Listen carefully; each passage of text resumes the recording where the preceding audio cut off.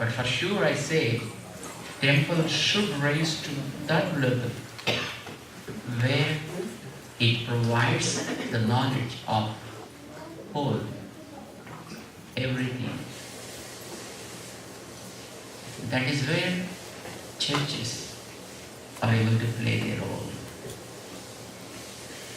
They provide you information about what they believe religion, what they believe practices, what they believe traditions and customs. And then they also provide knowledge of what our duty to the society is, how to take care of people, education, health, and community, services, everything. That's how they are able to spread that. So, we should also make our places of worship as centers to educate us about the whole of the life, not just prayers and pujas. You understand? That is the purpose of the temple. That's all.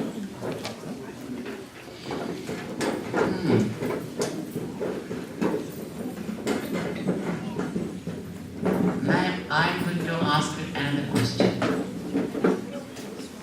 Should I ask you? We should ask you. I need to.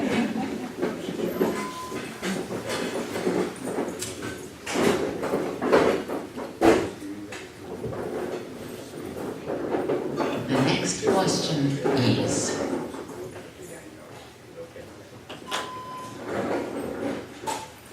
where does God stay? In our heart. Everywhere.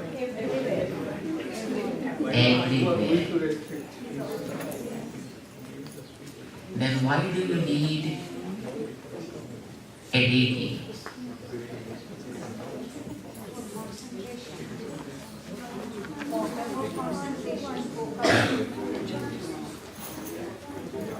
So, not really God is here, only just for focus.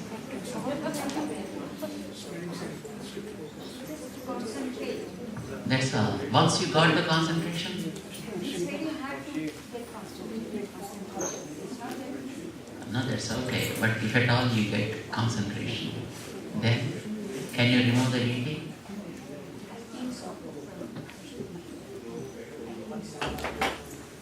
Then no deity is required. What about the other guys? Probably focus on something like You can throw him out. The question is, well, why do we need the deity is the question. deity. Why do we need the deity? That is what I am asking. Okay, was the question. That's what I'm asking. The answer could be to make people believe in something. For those who are unable to believe unless they see something. So it comes across, it's for those people who need something to believe, it is there so that people come there and the message can get across. For those who do not need the deity to see or to believe, they don't need it. So for those who are in In need, which category you are now?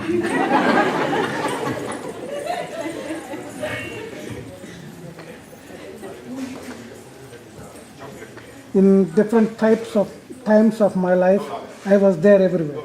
No, presently. Presently, I don't think I need one Really? because I have heard enough Enough preach. knowledge. No, I don't think I would put myself knowledgeable, but I feel myself that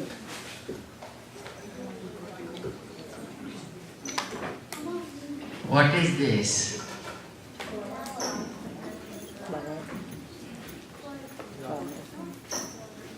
what is visible is a flower in your hand.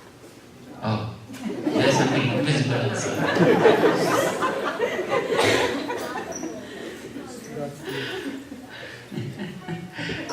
So don't think that I am confusing you, but I am very straightforward.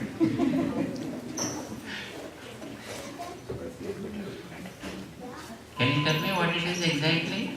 It's a flower. Flower. Flower. When you said it is a flower, that means you are not really able to see even God. When you say God is everywhere, that means even this is a God. Agree? God in this way. Right? When you agree that God is everywhere and able to see God everywhere, the moment you look at it, you say, ah, God here in this form. That's what you would have said, but not the flower.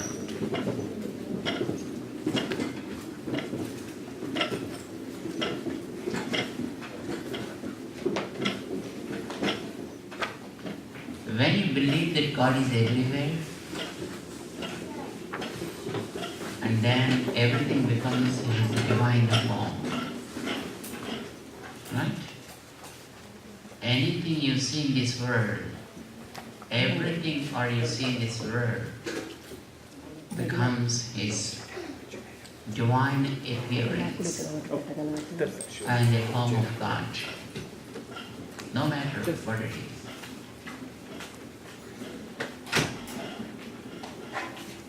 Are you able to relate it to God?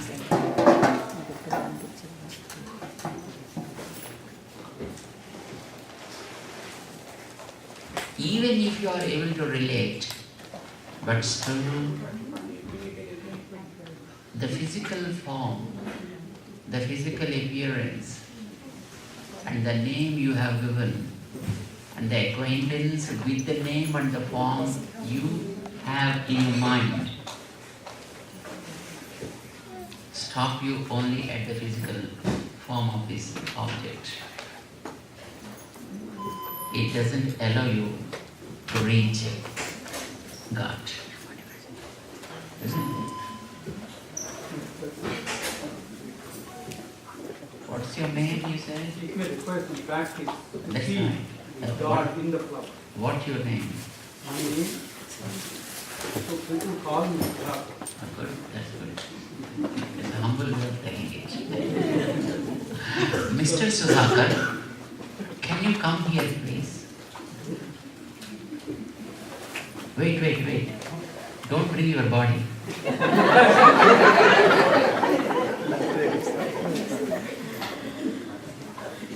Don't bring your body. You please come here. I'm already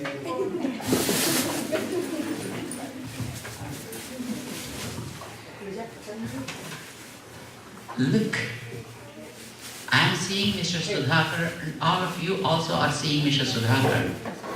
Isn't it? Are you seeing Sudhakar? Or are you seeing the physical body of Mr. Sudhakar? What are you seeing? The body, but not Sudhakar.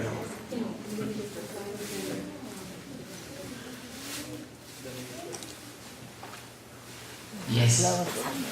We are not really seeing Sudhakar, not able to see Sudhakar, because Mr. Sudhakar is something, an unseen power. But you are able to see his body. Same with you all. Not only talking about Mr. Sudhakar, but the same thing with you all. But if I want to give a fruit to Mr. Sudhakar, a flower to Mr. Sudhakar, where should I give? Is it to Mr. Sudhakar or to Sudhakar's body? You are right. Did you understand now what I said? If you are really interested in putting a garland, giving a fruit, or doing something to Mr. Sudhakar, you can't really see Mr. Sudhakar and do something to him. You should only do something to his body. Agree with me? So anything you do to any person, you should do only to the body, not to the person. Understood? And same with God. When you want to do something to God, when you are interested in doing something to God, you or anyone in that sense cannot see God without a body. You should see only through a body. As you see Mr. Sudhakar through his body. Am I right, Sudhakar? You should see anyone through the body and do anything through the body only. So also with God. If you are really interested to do something to God, do something through the body. And what is the body of God? What is the body of God? Anything, everything in this universe, everything in this world is the body of God. Do you believe in this? Did you understand what I said? Everything you see is nothing but his body. Now, should I ask you a direct question? Did you see God directly ever? Think and tell me. Did you see God directly? Where? That's right. That's right. When I said that everything that's seen in the world is nothing but his body, and aren't you seeing God? Huh? Through the body. That, I think anything you have to see only through the body only. Exactly, you're right. But you're not able to connect. You see, but not able to connect. It is because the name you have given and the way you are acquainted, that's what it said. When you look at it, this is nothing but a body of God. God appears through this. You are seeing God only. But because you are not acquainted to call it as God, you are used to call it as only a flower. So your thought process, the moment you looked this, stopped at the very superficial level and then there stopped. You are not really able to connect yourself to God here because of the physical appearance. You understand now? Here you are not able to, but there, what do you say by the moment you look at it? You say it is God. And you are able to connect now there because the way you are acquainted with the physical form of that makes you connect yourself. It facilitates to connect you to God. Otherwise, even here also God presents. Everywhere God is present. But when we look at us or other people look at us, They call only with a particular name, and then the vision stops.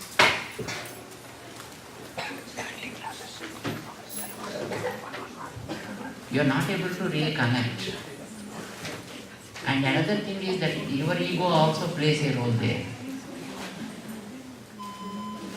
Whenever, suppose God is there in you also, and if there are 10 people who come after you and say, you are God, you are God, you are God, and then you tear off your shirt, and because the church will expand it, I'm God. Ego. Ego occupies you, and it will not allow the word to reach God who is in you. Because you have some kind of knowledge that stops to connect that word to God. There you are lost. Otherwise God is here also. I think everywhere. When He is everywhere, He is within you too.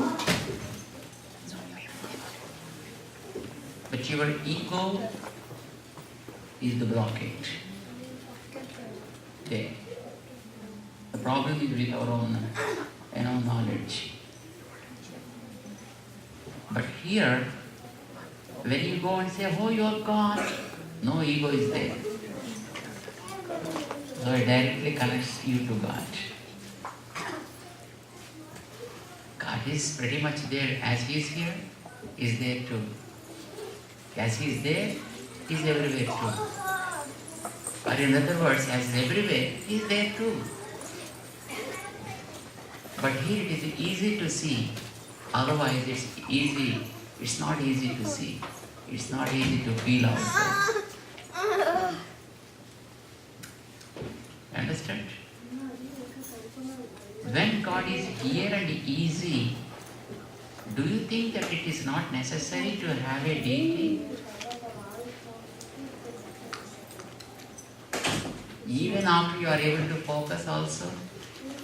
After a while, if you really focus, then you don't need any deity. But in the beginning, Even after you are able to focus, you are not able to connect other places, able to connect here, then don't you think it's the easiest way to connect yourself to God, though you are able to focus?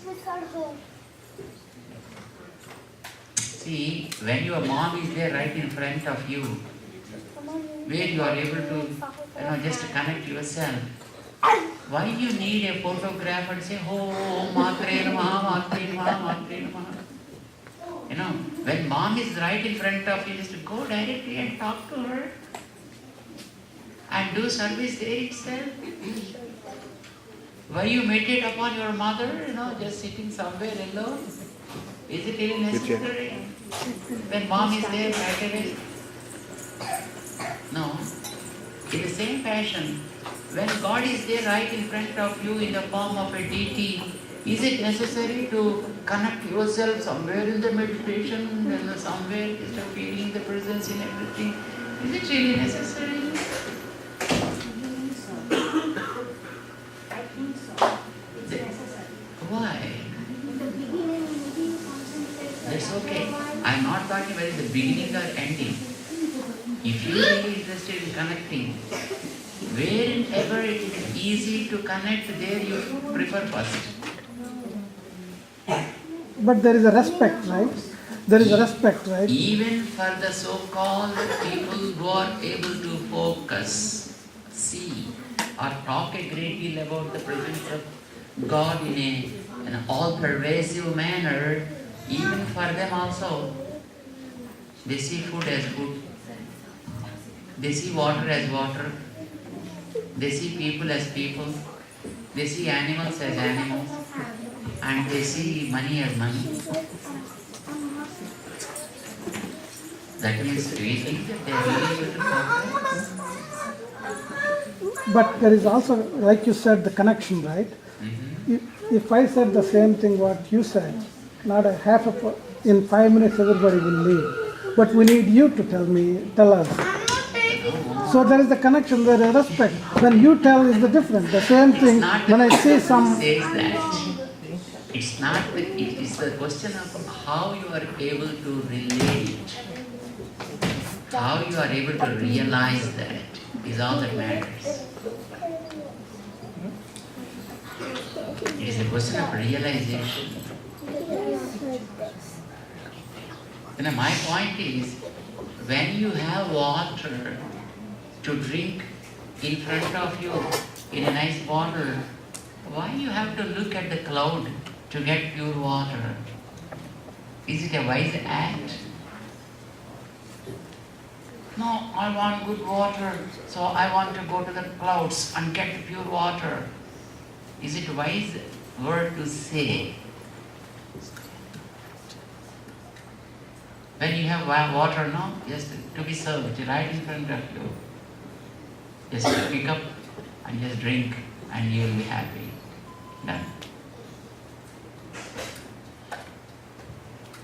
So if you are interested in connecting to God, then He is available very much here, right away, in front of you. And just connect yourself. Why you have to search for the all-pervasive one? Why you have to search for the one who is indweller, who is so invisible? And very confusing. Much easier. More clear.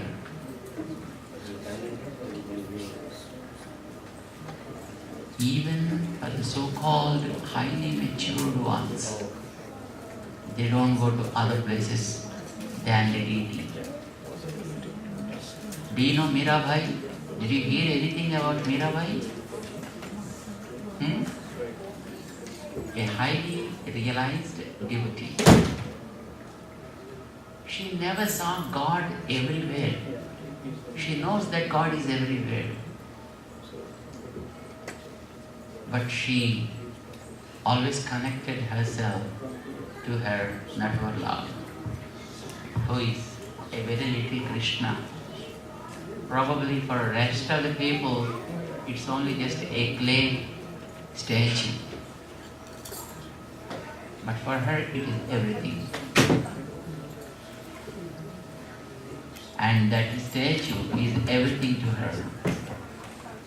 And some people, some relatives throw it out, but she got it back.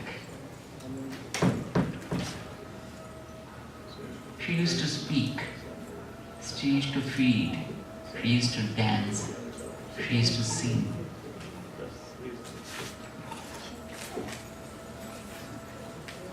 With her own Lord Krishna, Giridhari Lord. She used to do that. And that's all. So do you think that she is an unrealized soul? Mirabai?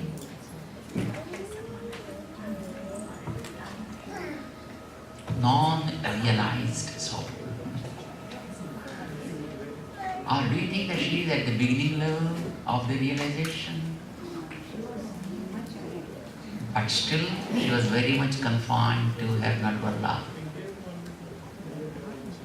Why? Not only Mirabai, there are some other great acharyas, prior to her, who showed path to Mirabai, like acharyas and alvars. They also very much confined only to the form that's visible in a deity form. She believed it, they believed it, and then they're very happy in serving the Lord.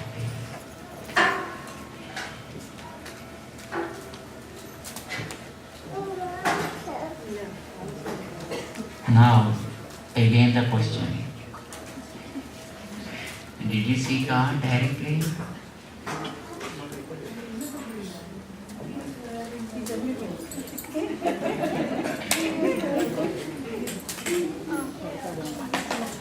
He is very much in your deity. How many of you have puja mandirs? Who is there in that? God or a photo?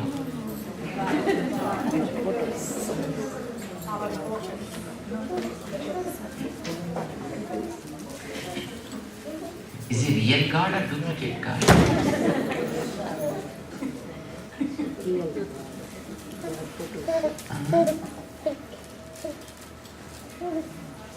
Is he real God or duplicate?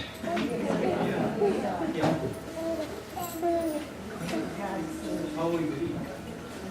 So if you Why don't would believe, we do that? Yes. I'm not asking whether you believed it or not. I'm asking whether he is real God or not. Real God. That's right. That means you are seeing God, right? Every day. Again, my question is the same thing. Did you see God then?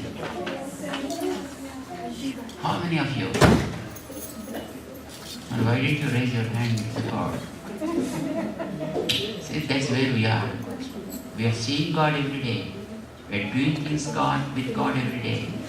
But we did not realize that He is God.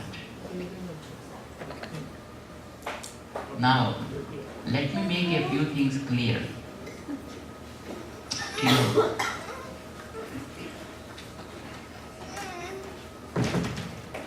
God appears through different bodies, right? And He chooses every object as His body. Remember, for each of the objects of this world, He fixed up certain rules and regulations, how they should behave. Like a stone, how it should behave. A metal, how it should behave. A wood, how it should behave. An animal, how it should behave. He fixed up the rules and regulations to everything. Okay? And of course, He's there even in them. Though He is there in them, but He never crosses the rule what He fixed in them. So, when He is in a piece of stone, or when He is in a piece of metal, He never crosses the law that a metal should act. He also acts like a metal. He acts like a stone. Wherever He may be, He exactly acts as that particular object should act.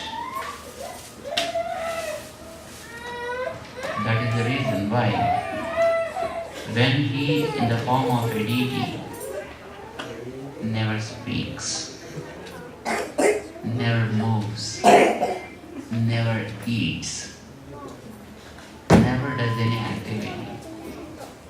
He behaves as if He doesn't know anything, as if there's no life in it. Right? That's why at times when Pujariji is upset with them, then sometimes he may give a slap also. Sometimes. But still he never says, why? Should I call 911? He never says. Because he is in a body called stone. He behaves like a stone only. And when he is in a man, he behaves like a man only. When he is in an animal, he behaves like an animal only.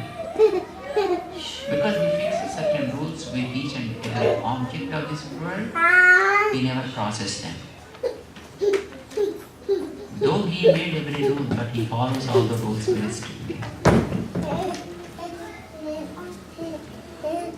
That's why when you see him in a photograph, you think, oh, it's a duplicate. Or probably it is a form of God, but not really God. Some people think like that, right? When you see a photo, then you say, oh, This is okay, this is a photo of God, but not really God. But you understand, that is really God only. And Swami didn't, why doesn't he eat? Because you don't like it. Swamiji, why doesn't he talk? Because you are scared. Right? When you are in home and when you are doing puja, suppose suddenly he started moving like this, then what happens? And then what happens to you? Let it become anything. You will be scared. That's why he doesn't move.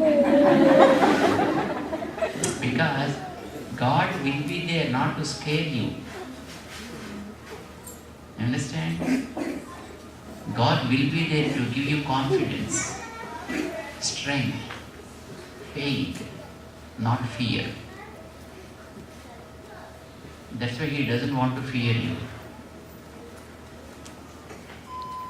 And when you are doing the puja, suddenly he starts talking to you. Hi. How are you? What happens? The whole town will be there. You will run away. Depends on how you so Let it be any kind of approach. First of all, you will be running out of the room. Then only the rest of the things will follow. The whole town will be there and there will be a temple. That's true. He doesn't want to make a show like that. Because God never wants any kind of show.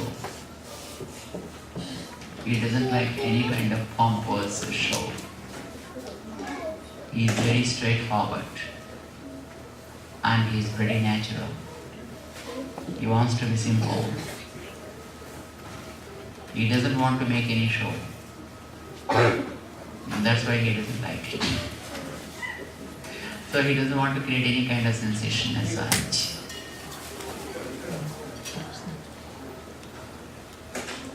When you keep an apple like this before God, and the moment you open the eyes and the apple is half eaten, what are you going to do next? You never keep another apple there. Not only apple, you never keep any other thing.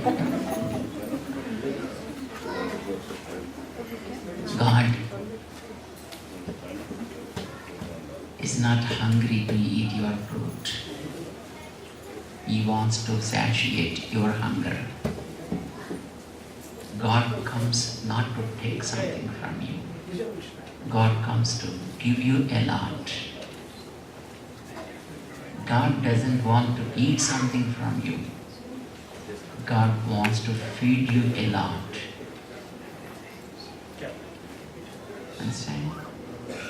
God is there for us to give a lot of things, not to grab things from us.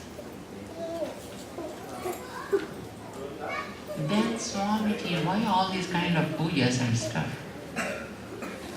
Why unnecessarily we have to waste our time then?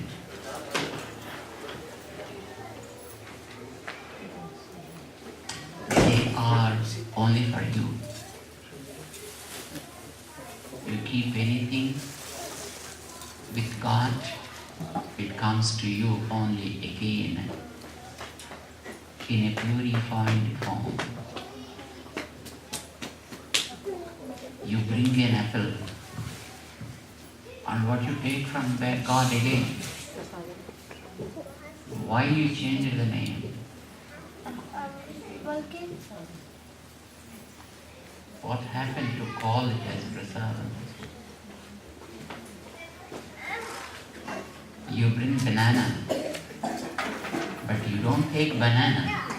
What you take is called prasadam. Why do you call it prasadam?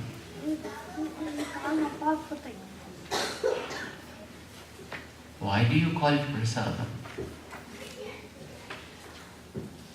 Because we feel it is blessed.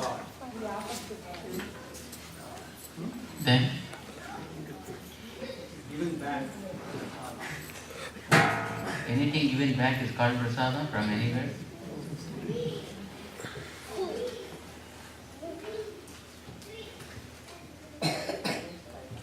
When you bring something, you bring with your ego. Understand? When you bring something, you fill up your ego in that. I brought it, my food, my flower, my cloth is this, mine. The I factor will be there very much in the object you bring to God. So the fruit you brought is highly contaminated. But the moment you keep it before God, He removes the contamination, cleans it. And then He fills His grace in that. And He gives it back to you. So the fruit comes with His grace now. You give ahankara, but He gives anugraha. What happens then? There are two benefits of it. One for you and the other for others. What's for you? When you eat it, the anugraha will be there in you.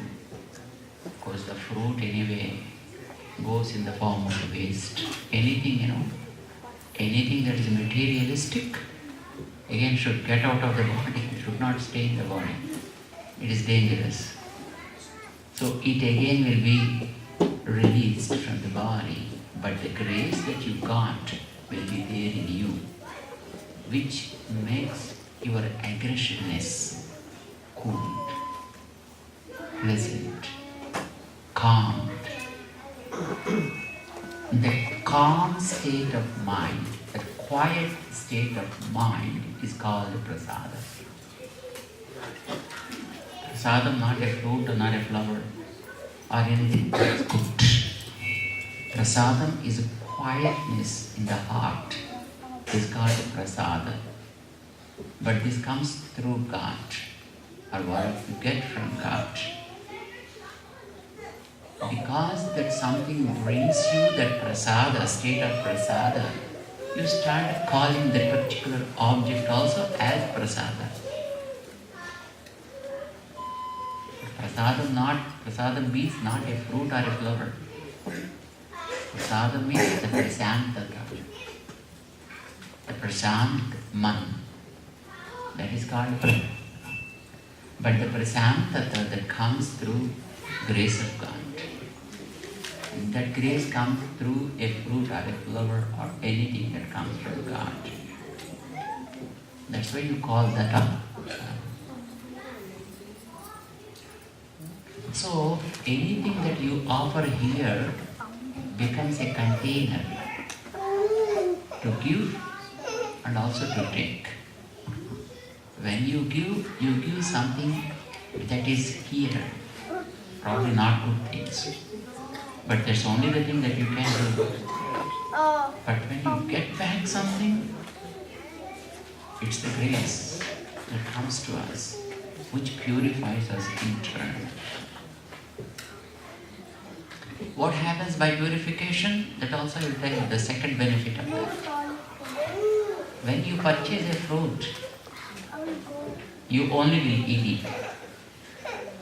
But when you bring the prasadam, You stop. why?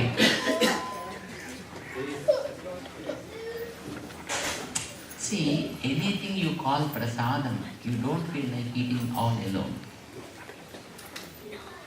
You make it pieces. You share it with people. If children say, I don't want, you say, "Hey, apro, kalpodaya." Why that balanta brahmanatnam? Why should you insist on them like that? Otherwise, when they want something from you, say, it is for you. Get out. It is for me. We don't want to share to anybody. But when it is coming from God, you don't feel like eating alone. You want to share it with others and then only you want to enjoy.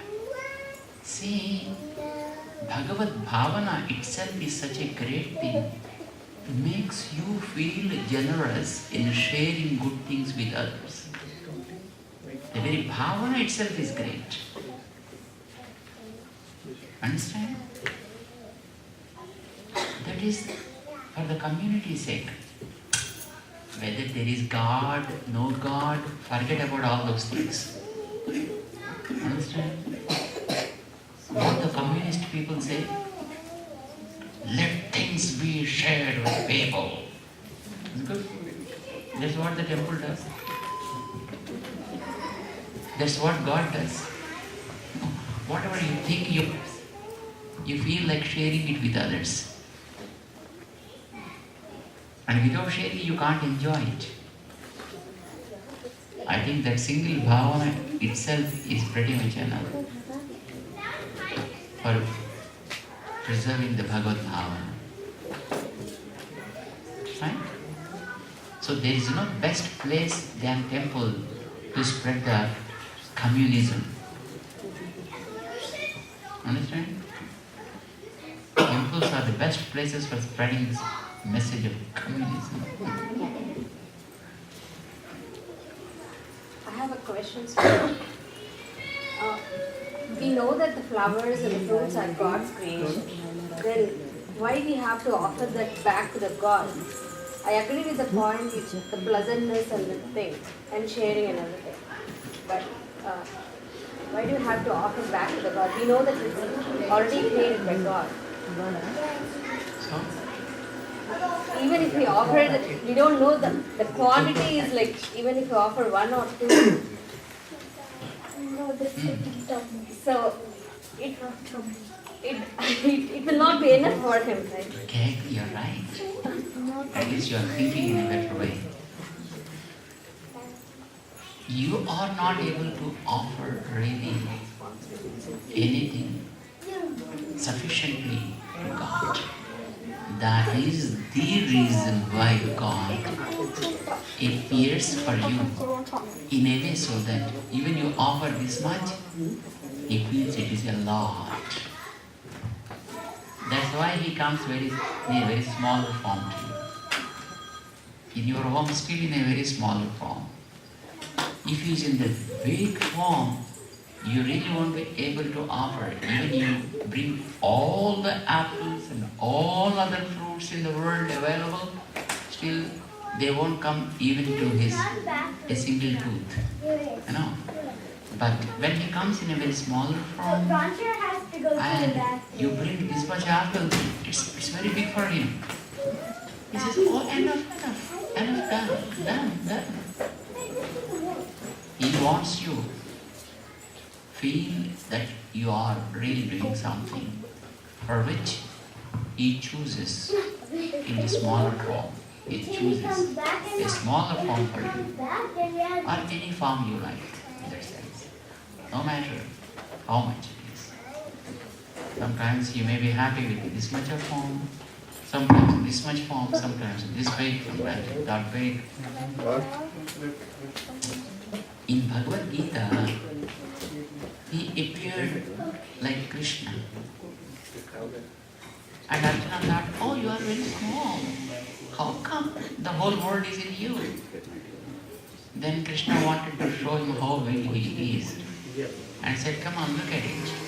He said, I'm not able to say anything. Then he gave it 3D glasses.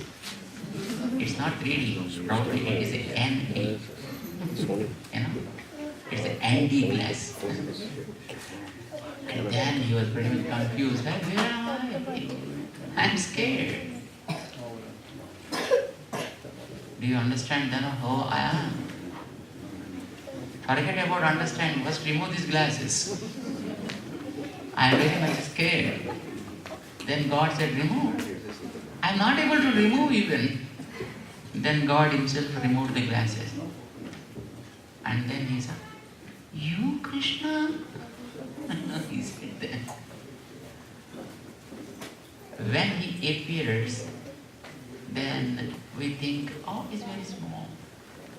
When he shows himself, then we are scared. But if you realize, yes, in a smaller form, he's there very much for you, then you can do everything.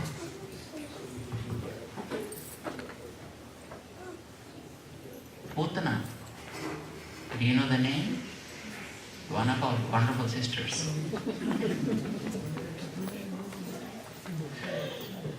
She saw Krishna in a little cradle. He looked a very small baby. She thought, hey, this is a little baby, I can simply eat him away like a peanut. She thought that God means so big, so if he appears in a smaller form, I can just do anything I like. And then she touched God. No matter how small, how big God appears, but he's God. He can appear in any form, but he is egoic. Fire, not necessarily big. Even small can burn entire world. And the second question you asked, why should we do something for him which is given by him only? If you really understand the help you receive from God, because everything is given by him, right? Everything. When you understood that all these things are given by God to me, and you really feel grateful to Him, when there is gratitude, it demands us to do something. When your love demands you to do something, and anything that is really good, anything that's beautiful, anything that's colorful, anything that is tasteful, you feel like offering to them. You can't stay without offering. You feel like doing some kind of service. That is the love, what I say. Wherever it is, if you have real love, it forces you to do something. Right? The love demands service. So when you love God, you feel like doing something to Him, you feel like offering something to Him, and then you search for the things in the world, whichever you feel more beautiful, more valuable, more smooth, so nice, and you feel like bringing that and offering to God. That's how you do it. It's not that it is enough for Him. It's not that if it suits Him also. But without that you can't. That's why you do this.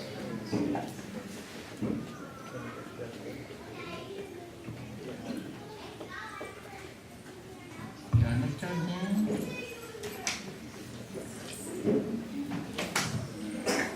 Why we are doing puja? Why we are offering something to Him? And how we are offering that is with love. With concern. And what you have to offer is really love only, not these things. But to offer that love, you can't do without these things also. Okay? Do you have some guests now and then in your home? Yes? Okay, occasionally some guests come to you, right? When a lovely guest comes to you, and what do you offer them? Food, whatever, especially food. Immediately after coming to your home, water, then?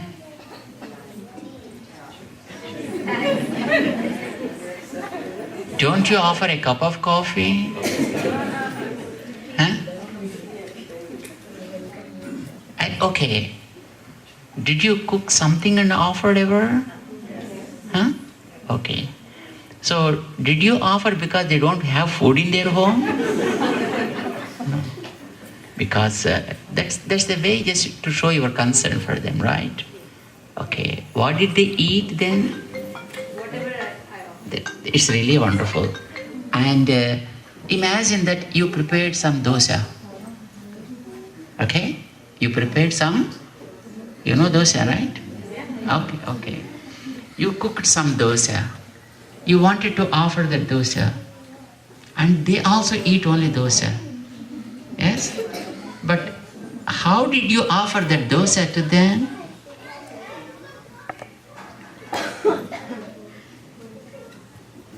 By thinking that much in a plate. Isn't it? You cook the dosa and you put it in a plate and then you offer them to eat. What a kind of plate you offer?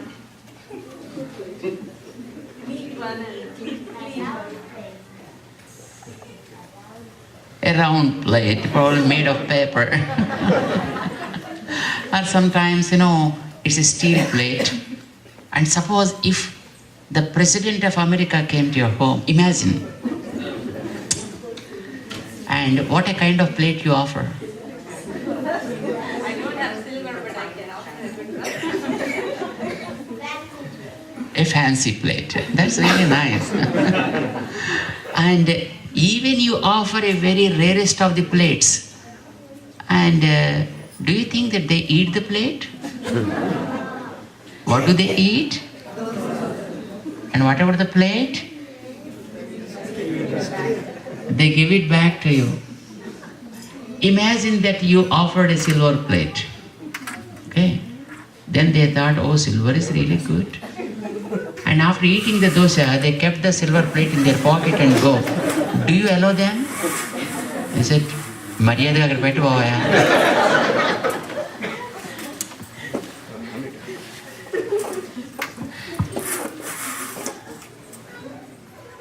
You won't offer without a plate. They won't eat that plate.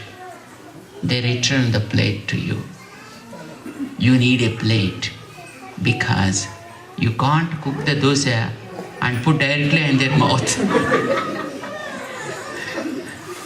Then the whole thing will become fishy. Right? So, as you need a container to show your love,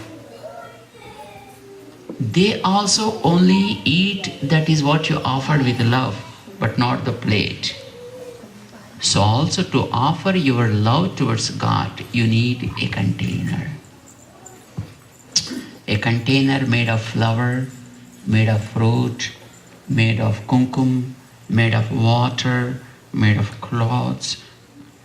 Whatever you use, you need a container so that you can offer your love through that. And God also receives only that love and keeps the container there itself for you. But when you offer to your relatives and friends, they spoil it and keep it there. But when you offer to God, He purifies that and fills it up with His grace and then returns that to you. That's what I said, To offer your ego, you need a container. To get His grace also, you need a container. And He gives His grace through that container, what you call a flower, a fruit, water. But when it comes back to you with His grace, you change the name of it. When the water comes from God, you call it Tirtha, Charanamrit. Why you call it Charanamrit? Why you call it Tirtha? Bring something and take this water and put in that, take that water and put in this, take this water and put it. Then do you think that it becomes Charanamrit?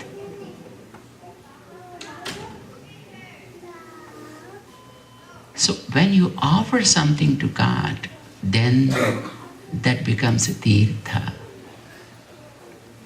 And when you offer it through a flower, that becomes a Prasada. through a fruit that becomes a prasada, through a cloth that becomes prasada. Anything that you take that will be purified. So also you come as a man here, but you go back as a devotee. As a devotee. Something is changed. Your bhavana is changed. Not only here I say, I think before the deity, it is changed. You understood? That's all it is. That's what you are going to do now. A process of realizing the presence of God and a process of purifying ourselves is what we call puja. Puja is not something, a favor you are doing to God. No. People think that we do a favor to God because, okay, we do every week, once in a week we do definitely puja. As if otherwise he will starve. Some people ask, Swamiji, is it okay to offer milk and sugar? As if that much favor is also great for him. God doesn't need your favor. He's not going to starve, otherwise.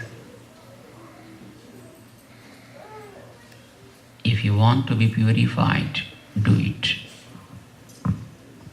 As much purification you want, that much puja you do. It's just for you.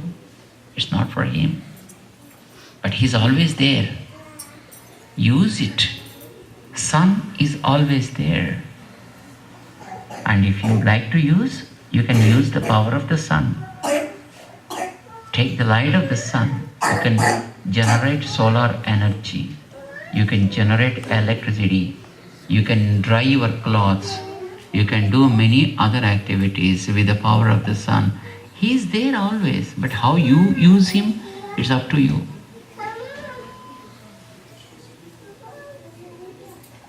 And the same with God. However you use, but he's okay with you. And he loves to give you something to you. Okay? You understood, right? The purpose now? That's good. Now, will you start the puja? Come on. Yes.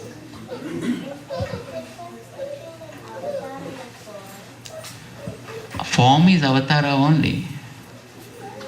A few avatars move and some more avatars, they do not move. Whichever move, you call them as avatars, but even there are some avatars which do not move, and one among the avatars that do not move is your deity. There is also another avatara, but it is called as Archa Avatara. Right? Krishna is an avatara, Rama also an avatara, Narasimha avatara, but they move. But the Archa avatara, it doesn't move. In the temple also is called Archa avatara, it doesn't move on his own. But there is also an avatara too. Okay? Right. So that's all right. Very longer introduction for you all. But I'm sure that you got something, right?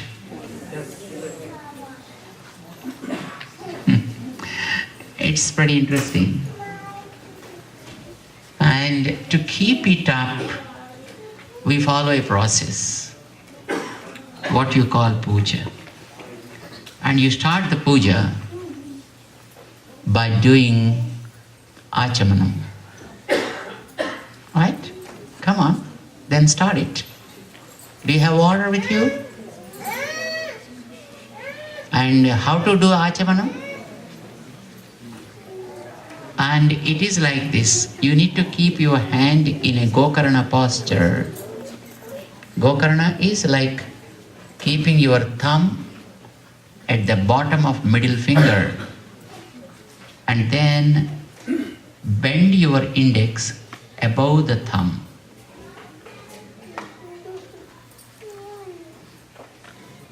The logic is simple. The water you keep inside, won't fall. But for that, the posture is recommended, like this. And then you have to drink the water from the bottom, middle bottom of your palm. This way you have to drink. But while drinking, should not make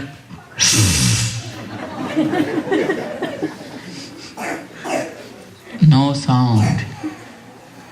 You should try silently. And should not drop the water and should not pollute the water also. Jhuta nahi karna hai. Engili panikiradu.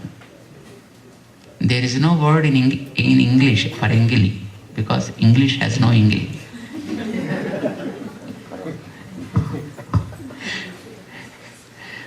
But for us it is very much counted. So don't touch. So without touching, you have to take the water. After drinking, what you have to do with your hand? Swiping on the head is strictly prohibited. Why? Because this is not a towel. So, no touching the hair is accepted while doing any kind of serene activities. So, just you drink 3 times.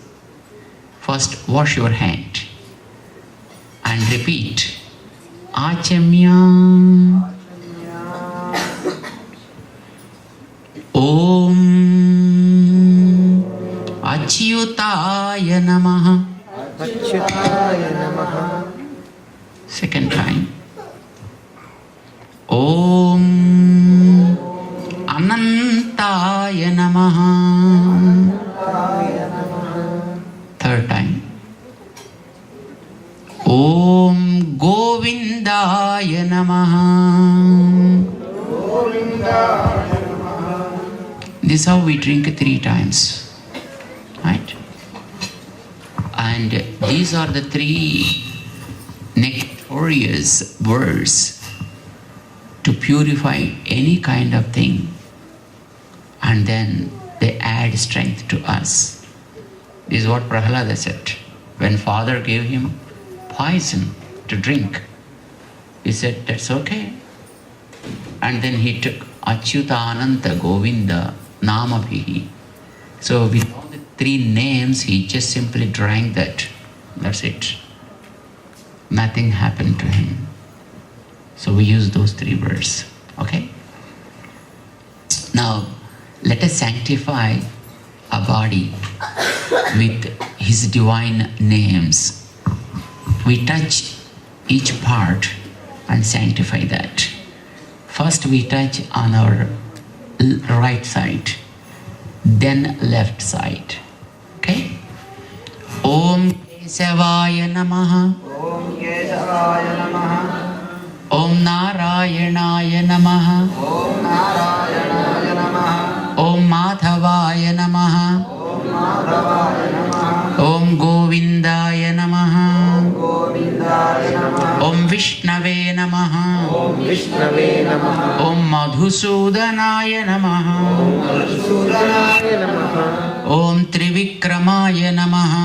Om Trivikramaya Namaha. Om Vamanaya Namaha. Om Vamanaya Namaha. Om Sridharaya Namaha. Sridharaya Namaha. Om Hrishikesaya Namaha. Om Hrishikesaya Namaha. Om Padmanabhaya Namaha. Om Damodaraya Namaha. Sanctified all the parts of our body so that this temple is decorated to do his puja. Now, whatever we think, whatever we do, both should go together. Sankalpa, we call it. It's working well, it's okay. It's and also there is. Please use the mic.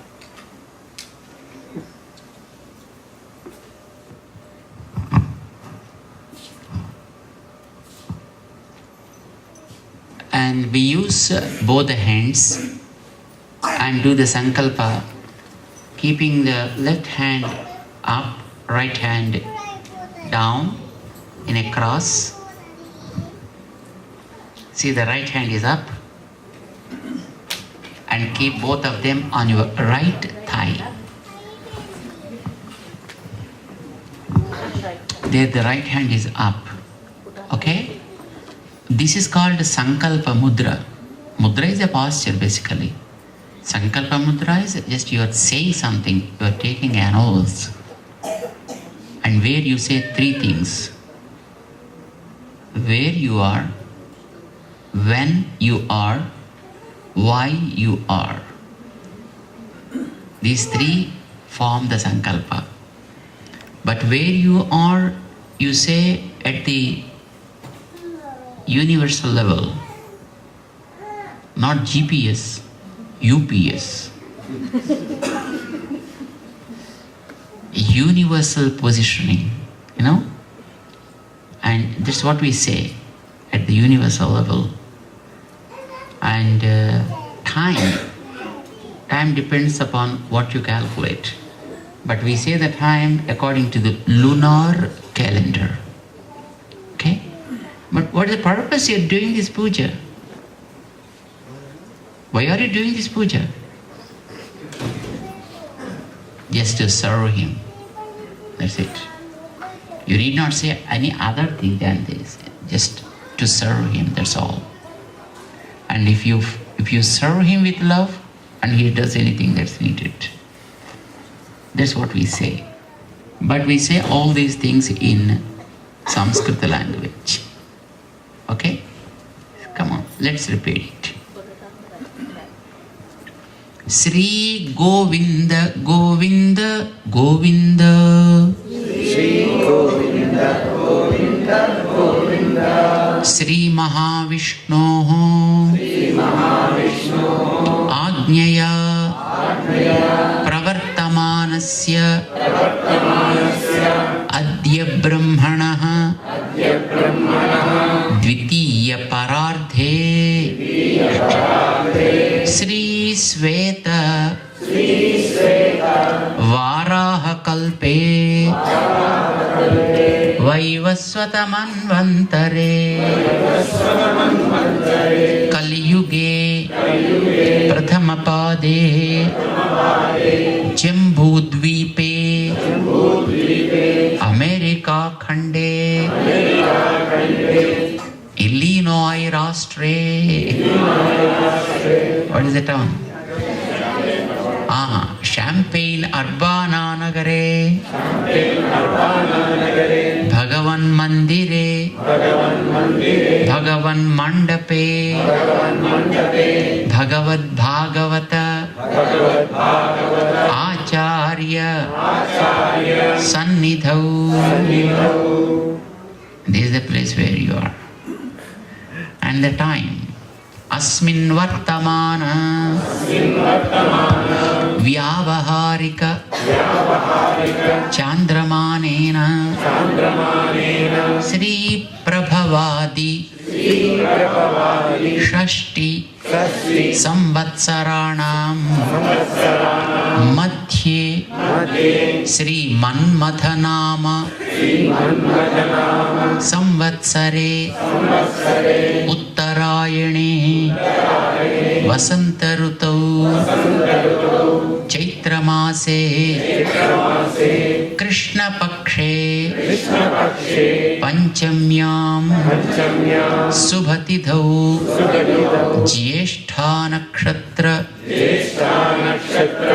शुभयोग Shubhkaran एवं गुण विशेषण विशिष्टायाम् अस्यां शुभतिथौ भगवत. This is the time when we are, right? Bhagavat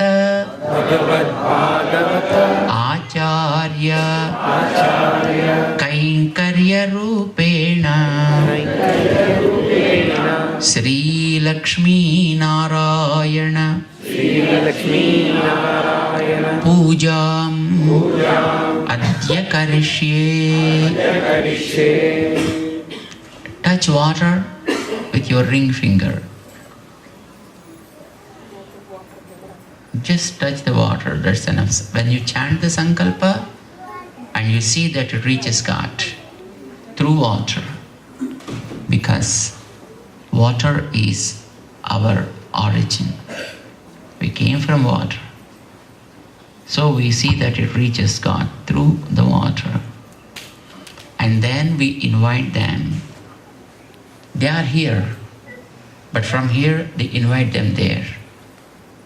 And we offer some services, whichever are possible here. But try to understand the services we are providing them here. But when you are back home, provide them in full. Now you need to know, but back home you do them well, because everything is not here for you. So you can do it with bhavana. And when you are home, you do it physically also. Do namaskara. You are not only inviting Lakshmi and Narayana, but also you invite all their subjects. Because Lakshmi Narayana always stays on the Adisesha, who is called as Ananta. Your bed is not good for them. They have their own bed, They use always the Adisesha as their bed. And when you want them, they come to you. And also they keep going also. But they have their own flight. What is the flight? That's right, your national bird. And when they come to you, and they come with all their subjects, there is a commander-in-chief who always takes care. And that is called Vishwaksena. And when they come here, there are many devotees who always sing their glory. And they are called Alvars. And when you talk about God, there will be always few people talk something against God also. Oh, why you have to worship Him? Why the worship is needed at all? Why here? These kind of things, will be there always. And you need someone to give them appropriate reply to them, right? A correct repartee. And for which you need acharyas also with you. So, Lord Lakshmi Narayana always comes with all the subjects around him, like the Ananta, Garuda, Vishwaksena, etc., Alvars and Acharyas and many other devotees also. With all of them they come to you. First to your heart. From there, the place where you're doing now. Okay? Come on, let's first of all feel their presence in our heart. Samasta Parivaraya Sarva Divya Mangala Vigrahaya Srimate Narayanaya Namaha Dhyayami Avahayami. Invite them from here, like this. To send them back? How do you send them back? Just reverse. Very easy. But now you are inviting them, not sending them back, right? So invite them. Ratna Simhasanam Samarpayami. Offer a flower there, a petal. Arghyam Samarpayami. Take some water with a petal and wash their hands. Padyam Samarpayami. Wash their feet also. Achamaniyam Samarpayami. Offer water to wash their face, mouth.